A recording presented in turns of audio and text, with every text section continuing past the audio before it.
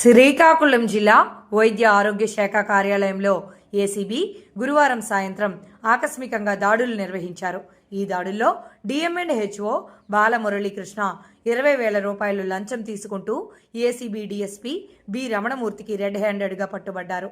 స్థానిక కార్యాలయ senior assistant Kanthamma medical లీవ్లో ఉంటూ తిరిగి రీజాయినింగ్ కోసం లంచం అడగగా ఆమె ఏసీబీని ఆశ్రయించారు.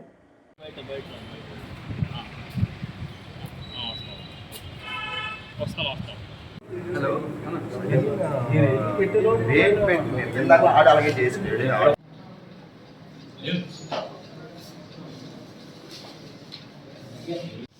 Camera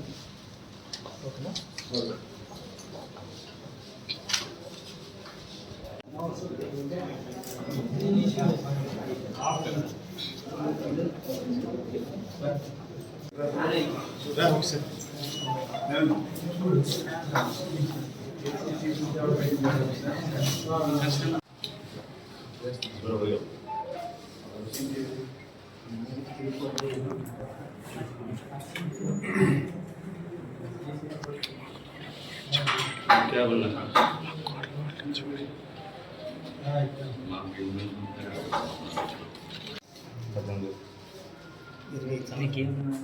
Srikakulam Srikakulam video Rameswaram Srikakulam